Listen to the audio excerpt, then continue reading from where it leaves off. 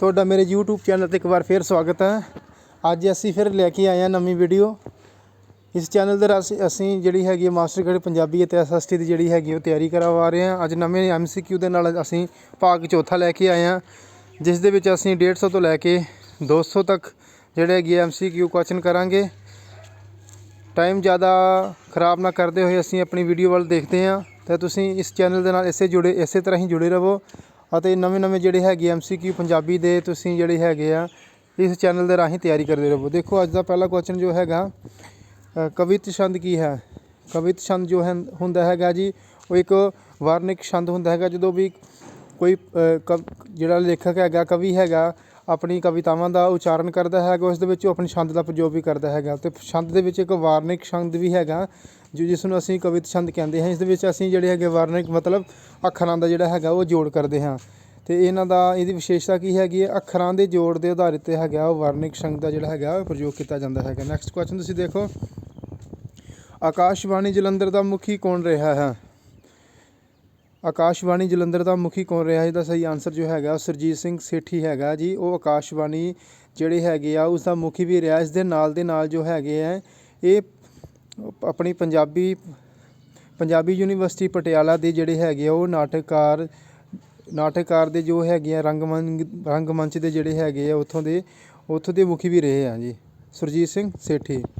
ਅੱਗੇ ਨੈਕਸਟ ਤੁਸੀਂ ਦੇਖੋ, ਸਭ ਤੋਂ ਪਹਿਲਾਂ ਰੇਡੀਓ ਨਾਟਕਕਾਰ ਕਿਹੜਾ ਹੈ। ਇਹਦਾ ਸਹੀ ਆਨਸਰ ਜੋ ਹੈਗਾ ਉਹ ਕਰਤਾਰ ਸਿੰਘ ਦੁੱਗਲ ਜੀ ਹੈਗੇ ਨੇ, ਜਿਹੜੇ ਸਭ ਤੋਂ ਪਹਿਲਾਂ ਜਿਨ੍ਹਾਂ ਨੇ ਰੇਡੀਓ ਨਾਟਕ ਲਿਖਿਆ ਸੀ। ਪਹਿਲਾ ਰੇਡੀਓ ਨਾਟਕ ਕਿਹੜਾ ਸੀ।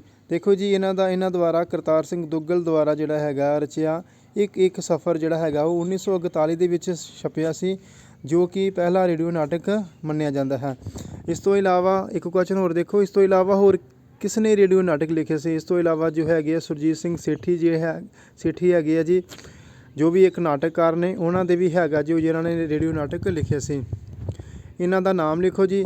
ਉਹਨਾਂ ਦਾ ਨਾਮ ਤੁਸੀਂ ਦੇਖੋ ਜੀ ਸ਼ੁੱਧ ਮਾਲ ਪ੍ਰਾਈਵੇਟ ਲਿਮਟਿਡ, ਜਿਹੜਾ ਉਹਨਾਂ ਦੇ ਦੁਆਰਾ ਜਿਹੜਾ ਹੈਗਾ ਉਹ ਨਾਟਕ ਲਿਖਿਆ ਗਿਆ ਸੀ, ਰੇਡੀਓ ਨਾਟਕ ਲਿਖਿਆ ਗਿਆ ਸੀ। ਅੱਗੇ ਨੈਕਸਟ ਤੁਸੀਂ ਦੇਖੋ, ਇਸ ਕੁਐਸਚਨ ਨੂੰ ਮੈਂ ਥੋੜ੍ਹਾ ਟਾਈਮ ਲਵਾਂਗਾ, ਵਿਸਥਾਰ ਦੇ ਨਾਲ ਲਵਾਂਗਾ, ਕਿਉਂਕਿ ਇਸ ਕੁਐਸਚਨ ਦੇ ਵਿੱਚ ਘੱਟੋ ਅਸੀਂ ਜਿਹੜੇ ਹੈਗੇ ਉਹ 7 ਕੁਐਸਚਨ ਕਰਾਂਗੇ। ਅਜਮੇਰ ਸਿੰਘ ਔਲਖ, ਦੇਖੋ ਜੀ ਨਾਮ ਤਾਂ ਤੁਸੀਂ ਸੁਣਿਆ ਹੋਏਗਾ ਅਜਮੇਰ ਸਿੰਘ ਔਲਖ, ਬਹੁਤ ਹੀ ਪ੍ਰਸਿੱਧ ਜਿਹਨੂੰ ਕਹਿ ਲਈਏ ਆਪਾਂ ਪ੍ਰਸਿੱਧ ਨਾਟਕਕਾਰ ਸੀ। ਠੀਕ ਹੈ ਜੀ, ਜਿਨ੍ਹਾਂ ਦਾ ਜਿਹੜਾ ਹੈਗਾ ਟਾਈਮ ਪੀਰੀਅਡ ਦੇਖੋ ਤੁਸੀਂ 1942 ਤੋਂ ਲੈ ਕੇ 2017 ਤੱਕ। ਠੀਕ ਹੈ ਜੀ, ਹੁਣ ਇਹਨਾਂ ਦੀ ਪਹਿਲੀ ਮੈਂ ਤੁਹਾਨੂੰ ਵਿਸ਼ੇਸ਼ਤਾ ਦੱਸਦਾ ਹੈਗਾ ਜੀ ਮਲਵਈ ਉਪਭਾਸ਼ਾ। ਅਸੀਂ ਜਾਣਦੇ ਹਾਂ ਕਿ ਸਾਡੇ ਪੰਜਾਬ ਦੇ ਵਿੱਚ ਜਿਹੜੀ ਹੈਗੀਆਂ 4 ਉਪਭਾਸ਼ਾਵਾਂ ਜਿਹੜੀਆਂ ਹੈਗੀਆਂ ਉਹ ਫੇਮਸ ਨੇ ਹੈਗੀਆਂ ਨਾ, ਮਾਝੀ, ਮਲਵਈ, ਦੁਆਬੀ ਅਤੇ ਪੁਆਧੀ। ਔਰ ਹਰ ਇੱਕ ਨਾਟਕਕਾਰ ਨੇ ਹਰ ਇੱਕ ਲੇਖਕਕਾਰ ਨੇ ਜਿਹੜੇ ਹੈਗੇ ਉਹ ਅਲੱਗ ਜਿਹੜੀ ਹੈਗੀ ਆ ਉਪਭਾਸ਼ਾਵਾਂ ਦਾ ਜਿਹੜਾ ਹੈਗਾ ਉਹ ਪ੍ਰਯੋਗ ਕੀਤਾ ਹੈਗਾ।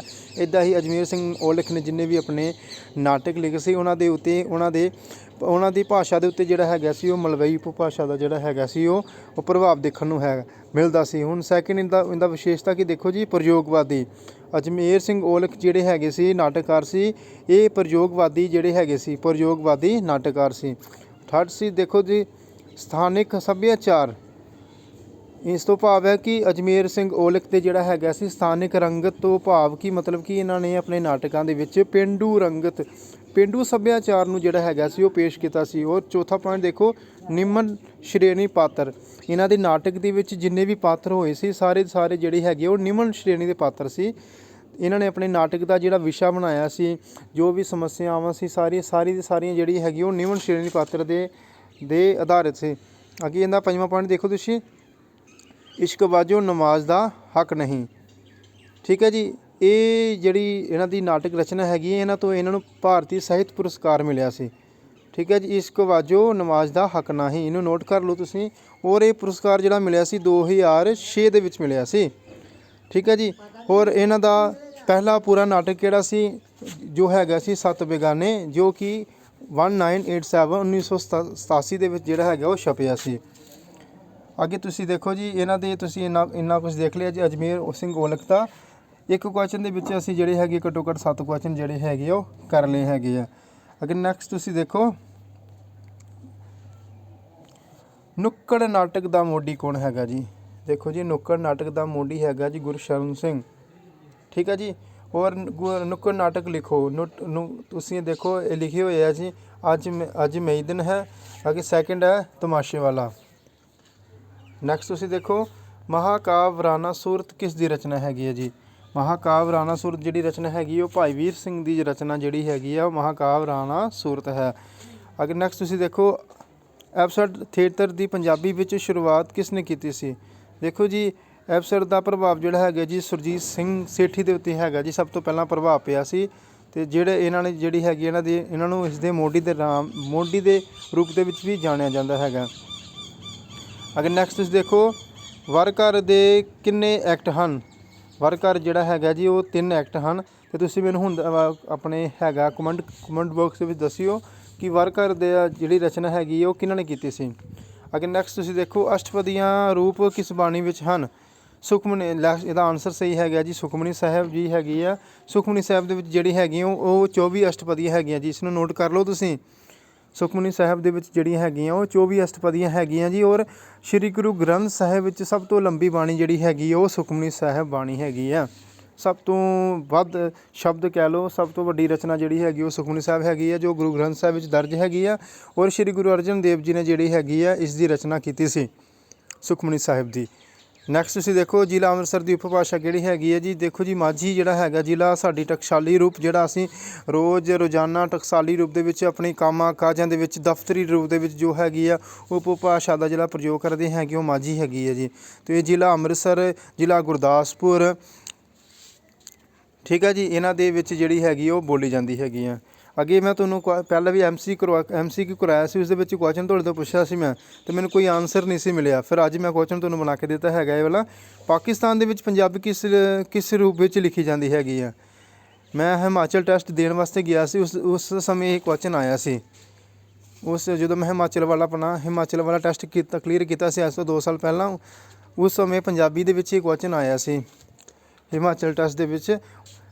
ਪਾਕਿਸਤਾਨ ਦੇ ਵਿੱਚ ਪੰਜਾਬੀ ਕਿਸ ਲਿਪੀ ਵਿੱਚ ਲਿਖੀ ਜਾਂਦੀ ਹੈ, ਇਸ ਨੂੰ ਨੋਟ ਕਰ ਲਓ ਤੁਸੀਂ। ਜਿਹੜੀ ਪੰਜਾਬੀ ਪਾਕਿਸਤਾਨ ਦੇ ਵਿੱਚ ਲਿਖੀ ਜਾਂਦੀ ਹੈ ਉਹ ਸ਼ਾਹਮੁਖੀ ਲਿਪੀ ਵਿੱਚ ਲਿਖੀ ਜਾਂਦੀ ਹੈ। ਅੱਗੇ ਨੈਕਸਟ ਤੁਸੀਂ ਦੇਖੋ ਵਿਅੰਗ ਪ੍ਰਧਾਨ ਲੋਕ ਕਾਵਿ ਰੂਪ ਕਿਹੜਾ ਹੈ। ਦੇਖੋ ਜੀ ਜਿਹੜੀਆਂ ਸਿੱਠਣੀਆਂ ਹੁੰਦੀਆਂ ਹੈਗੀਆਂ, ਹੁਣ ਸਭ ਤੋਂ ਪਹਿਲਾਂ ਸਾਨੂੰ ਪਤਾ ਹੋਣਾ ਚਾਹੀਦਾ ਵਿਅੰਗ ਕੀ ਹੁੰਦਾ ਹੈਗਾ। ਵਿਅੰਗ ਹੁੰਦਾ ਕਿਸੇ 'ਤੇ ਮਤਲਬ ਕਿ ਆਪਾਂ ਕਹਿ ਲਈਏ ਵਾਰ-ਵਾਰ ਉਸ ਚੀਜ਼ ਦੇ ਜੇ ਠੋਸ ਕਰਨੀ, ਉਸ ਨੂੰ ਆਪਾਂ ਵਿਅੰਗ ਕਹਿੰਦੇ ਹਾਂ। ਉਹ ਸਿੱਠਣੀਆਂ ਕੀ ਹੁੰਦੀਆਂ ਹੈਗੀਆਂ, ਸਿੱਠਣੀਆਂ ਜਿਹੜੀਆਂ ਹੈਗੀਆਂ ਉਹ ਵਿਆਹਾਂ ਸ਼ਾਦੀਆਂ ਦੇ ਵਿੱਚ ਜਿਹੜੀ ਹੈਗੀ ਆ ਉਹ ਸਾਲੀਆਂ ਆਪਣੇ ਜੀਜੇ ਦੇ ਨਾਲ ਮਖੌਲ ਕਰਦੀਆਂ ਹੈਗੀਆਂ, ਉਸ ਨੂੰ ਆਪਾਂ ਜਿਹੜੀ ਕਹਿੰਦੇ ਹਾਂ ਉਹ ਸਿੱਠਣੀ ਕਹਿੰਦੇ ਹੈਗੇ ਆ। ਹੁਣ ਨੈਕਸਟ ਤੁਸੀਂ ਕੁਐਸਚਨ ਤੁਸੀਂ ਦੇਖੋ ਆਂਚਲਿਕ ਨਾਵਲ ਕਿਹੜਾ ਹੈ। ਦੇਖੋ ਜੀ ਆਂਚਲਿਕ ਨਾਵਲ ਜਿਹੜਾ ਹੈਗਾ ਉਹ ਮੜੀਆਂ ਦਾ ਦੀਵਾ ਜਿਹੜਾ ਹੈਗਾ ਉਸ ਨੂੰ ਆਪਾਂ ਆਂਚਲਿਕ ਨਾਵਲ ਕਹਿੰਦੇ ਹਾਂ। ਉਹ ਆਂਚਲਿਕ ਨਾਵਲ ਦੀ ਜਿਹੜੀ ਤੁਸੀਂ ਪਛਾਣ ਕਰਨੀ ਹੈਗੀ ਆ, ਇਹਨਾਂ 'ਤੇ ਜਿਹੜਾ ਹੈਗਾ ਮਲਵਈ ਉਪਭਾਸ਼ਾ ਦਾ ਜਿਹੜਾ ਹੈਗਾ ਤੁਸੀਂ ਪ੍ਰਭਾਵ ਦੇਖੋਗੇ। ਜਿੰਨੇ ਵੀ ਆਂਚਲਿਕ ਨਾਵਲ ਲਿਖੇ ਗਏ ਹਨ ਸਾਰੇ ਦੇ ਸਾਰੇ 'ਤੇ ਮਲਵਈ ਉਪਭਾਸ਼ਾ ਦਾ ਜਿਹੜਾ ਹੈਗਾ ਤੁਸੀਂ ਉਹ ਦੇਖ ਸਕਦੇ ਹੋ। ਠੀਕ ਹੈ ਜੀ। ਮੜੀ ਦਾ ਦੀਵਾ ਤੁਸੀਂ ਹੁਣ ਠੀਕ ਹੈ ਜੀ, ਮੜੀ ਦਾ ਦੀਵਾ ਤੁਸੀਂ ਹੁਣ ਮੈਨੂੰ ਕਮੈਂਟ ਬਾਕਸ 'ਤੇ ਵੀ ਦੱਸਣਾ ਹੈਗਾ ਕਿ ਇਹ ਰਚਨਾ ਮੜੀ ਦਾ ਦੀਵਾ ਕਿਸ ਨੇ ਲਿਖੀ ਹੈ। ਨੈਕਸਟ ਤੁਸੀਂ ਦੇਖੋ ਭਾਈ ਵੀਰ ਸਿੰਘ ਕਿਸ ਧਾਰਾ ਦਾ ਕਵੀ ਸੀ। ਭਾਈ ਵੀਰ ਸਿੰਘ ਜੀ ਜਿਹੜੇ ਹੈਗੇ ਸੀ ਆਧੁਨਿਕ ਮੋਢੀ ਸਨ, ਜਿਨ੍ਹਾਂ ਨੇ ਸਭ ਤੋਂ ਪਹਿਲਾਂ ਜਿਹੜੀ ਹੈਗੀ ਰਹੱਸਵਾਦੀ ਜਿਹੜੀ ਹੈਗੀ ਕਾਵਿਧਾਰਾ ਦਾ ਜਿਹੜਾ ਹੈਗਾ ਇਹਨਾਂ ਦਾ ਪੂਰਾ ਪ੍ਰਭਾਵ ਸੀ। ਹੁਣ ਰਹੱਸਵਾਦੀ ਕਾਵਿਧਾਰਾ ਕੀ ਹੁੰਦੀ ਹੈਗੀ, ਰਹੱਸਵਾਦੀ ਦੇ ਵਿੱਚ ਅਸੀਂ ਜਿਹੜੀ ਹੈਗੀਆਂ ਆਤਮਾ ਨੂੰ ਪਰਮਾਤਮਾ ਦੇ ਨਾਲ ਜਿਹੜੀਆਂ ਗੱਲਾਂ ਕੀਤੀਆਂ ਜਾਂਦੀਆਂ ਹੈਗੀਆਂ। ਸਾਰੇ ਦਾ ਸਾਰ ਜਿਹੜਾ ਹੈਗਾ ਉਹ ਲੌਕਿਕ ਗੱਲਾਂ ਨਹੀਂ ਪਰਲੌਕਿਕ ਗੱਲਾਂ ਹੁੰਦੀਆਂ ਨੇ ਇਹਦੇ ਵਿੱਚ। ਠੀਕ ਹੈ ਜੀ। ਰਹੱਸਵਾਦੀ ਕਵੀ ਜਿਹੜੇ ਹੈਗੇ ਭਾਈ ਵੀਰ ਸਿੰਘ ਜੀ ਹੋ ਗਏ, ਇਹਨਾਂ ਦਾ ਪ੍ਰਭਾਵ ਜਿਹੜਾ ਹੈਗਾ ਉਹ ਇਸ ਰਹੱਸਵਾਦੀ ਕਵੀ 'ਤੇ ਦੇਖਿਆ ਜਾ ਸਕਦਾ ਹੈ। ਅੱਗੇ ਸੰਚੀ ਪੰਕੀ ਦਾ ਸੰਬੰਧ ਕਿਸ ਨਾਲ ਹੈ। ਸੰਚੀ ਪੱਕੀ ਦਾ ਸੰਬੰਧ ਕਿਸ ਨਾਲ ਹੈ। ਇਸ ਦਾ ਸੰਬੰਧ ਜਿਹੜਾ ਹੈਗਾ ਉਹ ਖੇਡ ਨਾਲ ਹੈਗਾ। ਇਹ ਪੁਰਾਤਨ ਸਮੇਂ ਦੇ ਵਿੱਚ ਬੱਚੇ ਜਿਹੜੇ ਹੈਗੇ ਆ ਆਪਣਾ ਮਨੋਰੰਜਨ ਕਰਨ ਦੇ ਲਈ ਇਸ ਖੇਡ ਦਾ ਜਿਹੜਾ ਹੈਗਾ ਸੀ ਉਹਨਾਂ ਦਾ ਮਾਣਦੇ ਸੀ। ਅੱਗੇ ਜੀ ਨੈਕਸਟ ਤੁਸੀਂ ਦੇਖੋ ਨਾਨਕ ਸਿੰਘ ਨੂੰ ਭਾਰਤੀ ਅਕਾਦਮਿਕ ਪੁਰਸਕਾਰ ਕਿਸ ਲਈ ਮਿਲਿਆ ਸੀ। ਠੀਕ ਹੈ ਜੀ। ਇਹਨਾਂ ਨੂੰ ਮਿਲਿਆ ਸੀ ਇੱਕ ਮਿਆਨ ਦੋ ਤਲਵਾਰਾਂ 'ਤੇ ਜਿਹੜਾ ਹੈਗਾ ਇਹਨਾਂ ਦੇ ਨਾਵਲ 'ਤੇ ਇਹਨਾਂ ਨੂੰ ਜਿਹੜਾ ਹੈਗਾ ਸੀ ਉਹ ਮਿਲਿਆ ਸੀ ਪੁਰਸਕਾਰ। ਹੁਣ ਤੁਸੀਂ ਮੈਨੂੰ ਦੱਸਣਾ ਹੈਗਾ ਕਿ ਇਹ ਨਾਵਲ ਕਦੋਂ ਰਚਿਆ ਗਿਆ ਸੀ। ਠੀਕ ਹੈ ਜੀ। ਮੈਨੂੰ ਕਮੈਂਟ ਬਾਕਸ ਦੇ ਵਿੱਚ ਜ਼ਰੂਰ ਦੱਸਿਓ ਜੀ ਇਹ ਨਾਨਕ ਸਿੰਘ ਦਾ ਨਾਵਲ ਜਿਹੜਾ ਹੈਗਾ ਉਹ ਕਦੋਂ ਰਚਿਆ ਗਿਆ ਸੀ। ਅੱਗੇ ਨੈਕਸਟ ਤੁਸੀਂ ਦੇਖੋ ਕੂੜ ਕਵਾੜਾ ਰਚਨਾ ਦਾ ਸੰਬੰਧ ਕਿਹਦੇ ਨਾਲ ਹੈਗਾ ਜੀ। ਕੂੜ ਕਵਾੜਾ ਜਿਹੜੀ ਰਚਨਾ ਰਚੀ ਆ ਉਹ ਆਪਣੀ ਹੈਗੀ ਆ ਅਰਜੀਤ ਕੌਰ ਨੇ ਜਿਹੜੀ ਰਚੀ ਸੀ।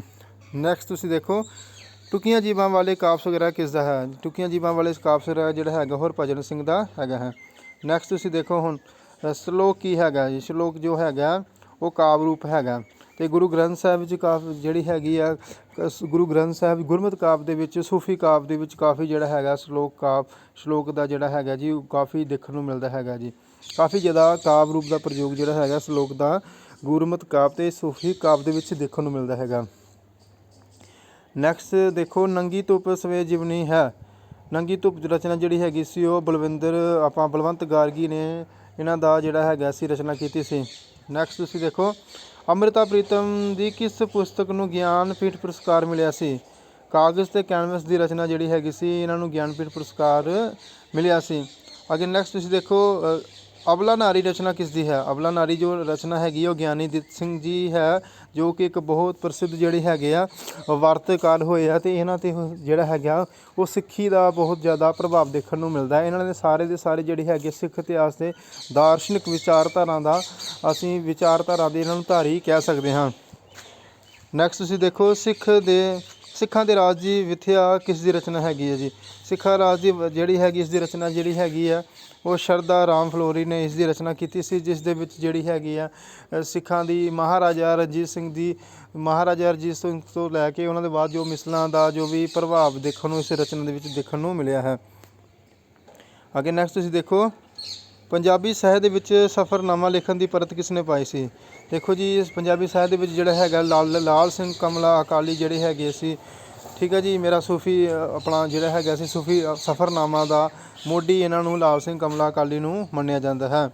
ਮੇਰਾ ਪਿੰਡ ਨਿਬੰਧ ਰਚਨਾ ਹੈਗੀ ਆ ਜੀ, ਮੇਰਾ ਪਿੰਡ ਜਿਹੜੀ ਹੈਗੀ ਆ ਉਹ ਗੁਰਦਿੱਤ ਸਿੰਘ ਜੀ ਦੀ ਹੈਗੀ ਆ। ਨੈਕਸਟ ਤੁਸੀਂ ਦੇਖੋ, ਮੇਰੀ ਦੁਨੀਆ ਕਿਸ ਦੀ ਸਵੈ ਜੀਵਨੀ ਹੈਗੀ ਹੈ। ਨਾਨਕ ਸਿੰਘ ਨੇ ਜਿਹੜੀ ਹੈਗੀ ਸੀ ਸਭ ਤੋਂ ਪਹਿਲਾਂ ਜਿਹੜਾ ਸਵੈ ਜੀਵਨੀ ਜਿਹੜੀ ਆਪਾਂ ਨੂੰ ਕਹਿ ਲਈਏ ਪੰਜਾਬੀ ਸਾਹਿਤ ਦੇ ਵਿੱਚ ਜੋ ਹੈ ਨਾਨਕ ਸਿੰਘ ਦੁਆਰਾ ਲਿਖੀ ਗਈ ਸੀ, ਮੇਰੀ ਦੁਨੀਆ, ਜੋ 1949 ਦੇ ਵਿੱਚ ਲਿਖੀ ਗਈ ਸੀ। ਅੱਗੇ ਨੈਕਸਟ ਤੁਸੀਂ ਦੇਖੋ, ਸ਼ਬਦਾਂ ਦਾ ਜਾਦੂਗਰ ਕਿਸ ਨੂੰ ਕਿਹਾ ਗਿਆ। ਸ਼ਬਦਾਂ ਦਾ ਜਾਦੂਗਰ ਜੋ ਹੈਗਾ ਗੁਰਬਖਸ਼ ਸਿੰਘ ਪ੍ਰੀਤ ਲੜੀ ਨੂੰ ਜਿਹੜਾ ਹੈਗਾ ਉਹ ਸ਼ਬਦਾਂ ਦਾ ਜਾਦੂਗਰ ਕਿਹਾ ਗਿਆ ਹੈ।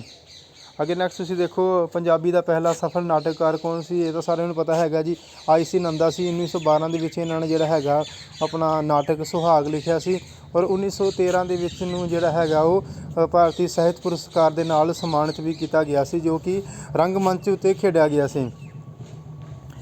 ਅੱਗੇ ਨੈਕਸਟ ਤੁਸੀਂ ਦੇਖੋ, ਛਪਾਰ ਦਾ ਮੇਲਾ ਕਿਸ ਨਾਲ ਸੰਬੰਧਿਤ ਹੈ। ਛਪਾਰ ਦਾ ਮੇਲਾ ਜੋ ਹੈਗਾ ਜਿਸ ਦਾ ਸੰਬੰਧ ਹੈਗਾ ਉਹ ਗੁੰਗਾ ਪੀਰ ਦੇ ਨਾਲ ਹੈਗਾ ਜੀ, ਠੀਕ ਹੈ ਜੀ।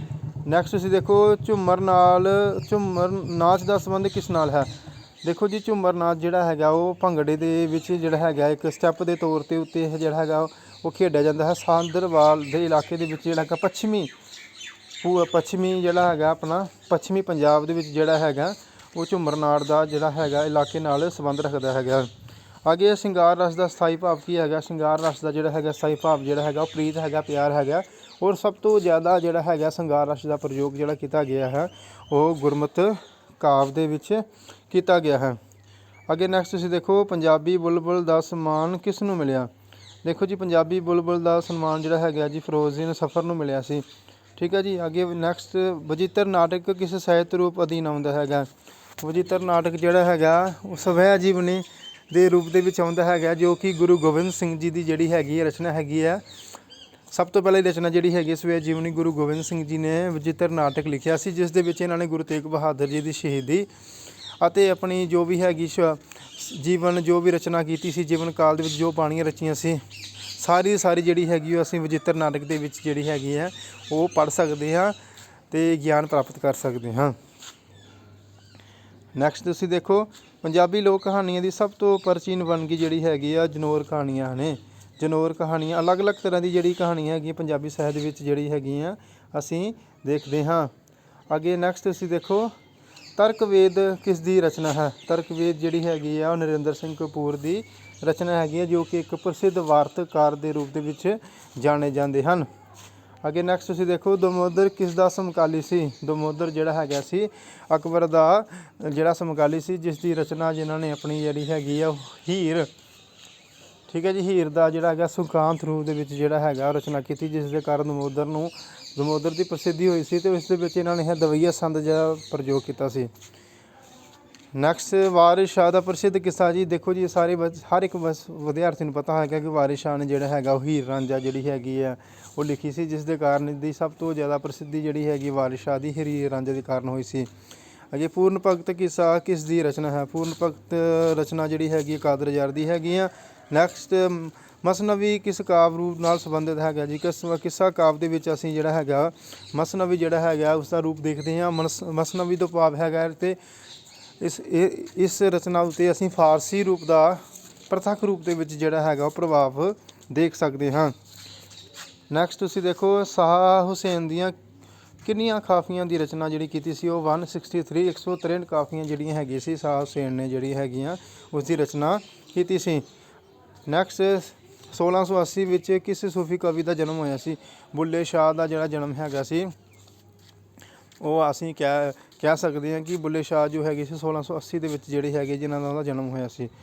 ਅੱਗੇ ਨੈਕਸਟ ਤੁਸੀਂ ਦੇਖੋ ਸ਼ਾਹ ਹੁਸੈਨ ਦੀ ਮਜ਼ਾਰ ਜਿਹੜੀ ਹੈਗੀ ਕਿਸ ਸ਼ਹਿਰ ਦੇ ਵਿੱਚ ਹੈਗੀ ਆ ਜੀ? ਸ਼ਾਹ ਹੁਸੈਨ ਦੀ ਮਜ਼ਾਰ ਜਿਹੜੀ ਹੈਗੀ ਆ ਉਹ ਲਾਹੌਰ ਦੇ ਵਿੱਚ ਹੈਗੀ ਆ। ਅੱਗੇ ਨੈਕਸਟ ਤੁਸੀਂ ਦੇਖੋ ਸਵੇਤ ਜੀਵਨੀ ਲਿਖੀ ਜਾਂਦੀ ਹੈ।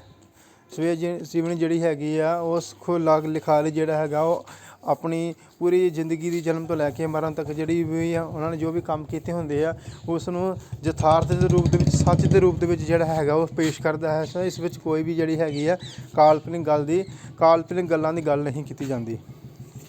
ਅੱਗੇ ਨੈਕਸਟ ਤੁਸੀਂ ਦੇਖੋ ਰੂਪਾਂਤਰੀ ਵਿਆਕਰਨ ਉਸ ਦਾ ਲੇਖਕ ਕੌਣ ਹੈਗਾ ਜੀ? ਡਾਕਟਰ ਹਰਕੀਰਤ ਸਿੰਘ ਜਿਹੜੇ ਹੈਗੇ ਆ ਉਹ ਰੂਪਾਂਤਰਿਕ ਵਿਆਕਰਨ ਦੇ ਜਿਹੜੇ ਹੈਗੇ ਆ ਉਹ ਰਚਨਕਾਰ ਸੀ। ਨੈਕਸਟ ਦੇਖੋ ਜੀ ਨਰਾਤਿਆਂ ਦੇ ਦਿਨਾਂ ਵਿੱਚ ਕੰਧਾਂ 'ਤੇ ਕਿਸ ਦੇ ਚਿੱਤਰ ਉਲੀਕੇ ਜਾਂਦੇ ਹਨ?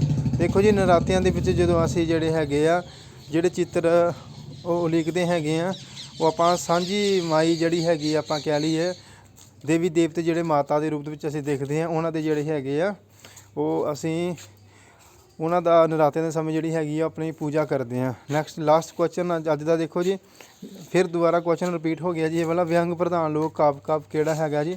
ਵਿਅੰਗ ਜਿਹੜਾ ਹੈਗਾ ਉਹ ਸਿੱਠਣੀਆਂ ਹੁੰਦੀਆਂ ਹੈਗੀਆਂ ਜਿਹੜਾ ਜੀਜਾ ਵਿਆਹ ਦੇ ਸਮੇਂ ਦੇ ਵਿੱਚ ਸਾਲੀਆਂ ਦੁਆਰਾ ਜਿਹੜਾ ਹੈਗਾ ਉਹ ਸਿੱਠਣੀਆਂ ਕਰਕੇ ਜਿਹਨੂੰ ਆਪਾਂ ਕਹਿ ਲਈਏ ਸਿੱਠਣੀ ਤੋਂ ਭਾਵ ਹੈਗਾ ਮਖੌਲ ਕਰਦੀਆਂ ਹੈਗੀਆਂ। ਕਾਫੀ ਪੁਰਾਤਨ ਸਮੇਂ ਤੋਂ ਜਿਹੜੀਆਂ ਹੈਗੀਆਂ ਉਹ ਸਿੱਠਣੀਆਂ ਦਾ ਜਿਹੜਾ ਹੈਗਾ ਲੋਕ ਕਾਵਿ ਜਿਹੜਾ ਹੈਗਾ ਉਹ ਅਸੀਂ ਦੇਖਣ ਨੂੰ ਮਿਲਦੇ ਹਾਂ।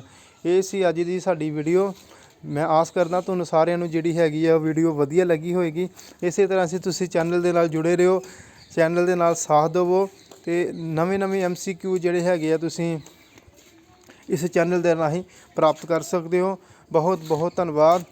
ਬਹੁਤ ਜਲਦੀ ਨਵੀਂ ਵੀਡੀਓ ਲੈ ਕੇ ਅਸੀਂ ਆਵਾਂਗੇ। ਧੰਨਵਾਦ ਜੀ, ਧੰਨਵਾਦ।